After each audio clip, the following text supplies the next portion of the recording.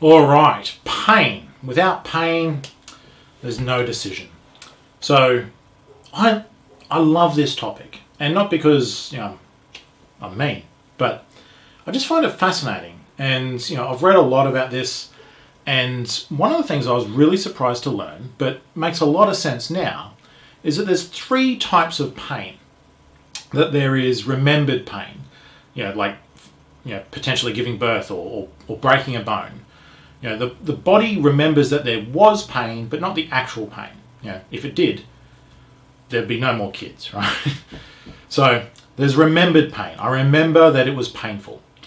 There's actual pain. Like I'm feeling it now. Like I'm in it, and it's horrible. My hormones and chemicals, and I'm all a mess. And then there's anticipated pain. Now this is interesting. That anticipated pain is your fear of what may happen. And to give you an analogy to make this make sense, that if you've ever watched a scary movie or a horror movie or whatever, that good ones, you almost never see the actual death, like the gruesome death where the person goes outside and gets killed by the axe murderer or chopped up by the chainsaw or whatever the thing is. You see the aftermath and you feel sadness and you go on that emotional roller coaster. Now, if they had shown you the villain or the bad guy swinging the axe and killing the poor helpless victim that just made bad life choices, don't go outside at night alone when you're in a scary movie, you'd probably have the reaction of, well, that's sad, but it wasn't that bad. And the reason is that your imagination is by far and away more powerful than anything that someone else can show you. That what you think is scary and fearful and painful and horrid and gruesome and awful is what you feel. You can't be told this, right? So this is interesting. If you watch like a D grade, bad movie, often like you'll see like the axeman going at it, right? And you go, oh yeah, this is a bad movie, right? Because your vision of what might happen is terrible. This is why often we're afraid of the dark, because it's the unknown, right? We imagine, right? So when you're in a sales conversation, and here's the point, that one of your very first jobs as a salesperson is to get the customer to articulate their pain. Now you may know it. Don't care. Irrelevant. Don't say it. Because if you tell them, that's you telling them. They don't own it. It's not theirs. They haven't bared their soul. They haven't carried it on their shoulders. They haven't shared it with you. You have no permission to solve it. Now, the very good, the very best salespeople, they ask questions in such a way, or they present information that leads their audience to share this with them. Now, even if you've been sponsored into a meeting with the CFO and the COO has told you all their problems, let's say it's a financial problem, and if you go and tell the CFO what his problems are, the CFO is going to look at you, sit back, fold his arms, and just sit there. Probably won't say anything. Maybe will, maybe won't. But if you ask questions and you get the CFO to tell you exactly what it is that their pain is, they own it.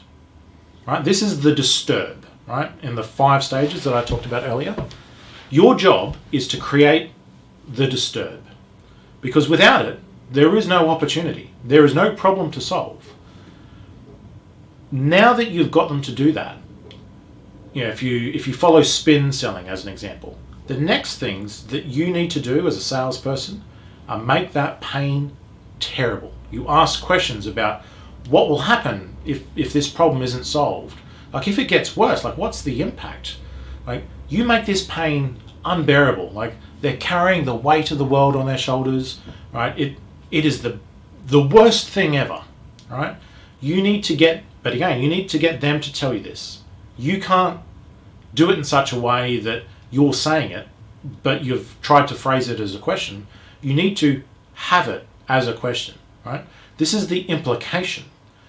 And then you start to show them potentially there may be, like it's a hint of a hint of a hint of a resolution, of light at the end of the tunnel. And you ask questions about, well, if this was a little bit easier, or this problem wasn't as bad, what would that mean?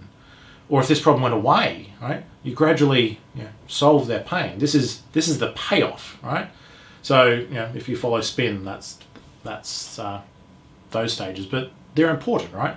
The crucial thing here is that they admit it, that they tell you. You don't tell them, because pain told is not real. Pain admitted is powerful. The other thing is that if you have told them, even if they say yes, they don't really agree, they haven't bought into it. And let's say, you're the salesperson or you're the technical person, and you share this intel with your counterpart, and then they have their next meeting, and you act on that and you say, oh, well, the CFO said, and they're going, no, I didn't. Because technically they didn't. But now that your foundation is flimsy, when they tell you, they can't take it back. They'll make themselves a liar, right?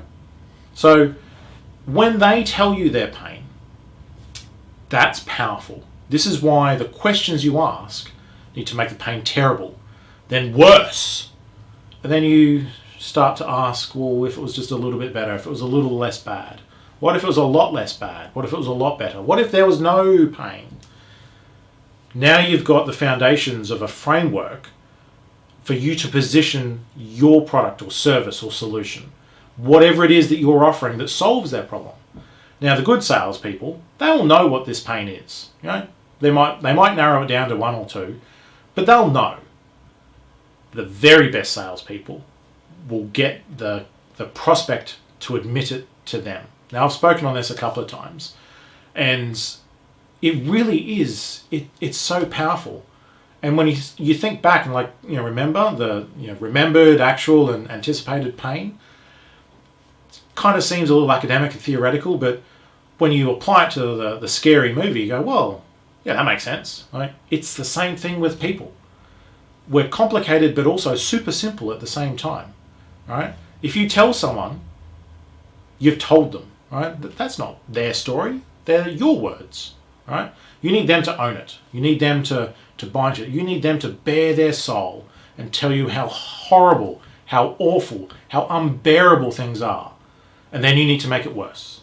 And then you need to extend your hand, lift them out of the pit, raise them up, and now you have a platform upon which you can build the rest of your business case, your story. If you do this, your chances of success multiply significantly. If you tell them, you can crumble in the wind, right? Super important to understand that when you are presenting, you don't skip the pain. It is one of the most important stages. Other than sense of urgency, I have found that the disturb and this pain conversation is the most important. Without it, you're not in a good position. With it, you are unassailable because most other people don't do it. So, with pain comes glory. Thank you.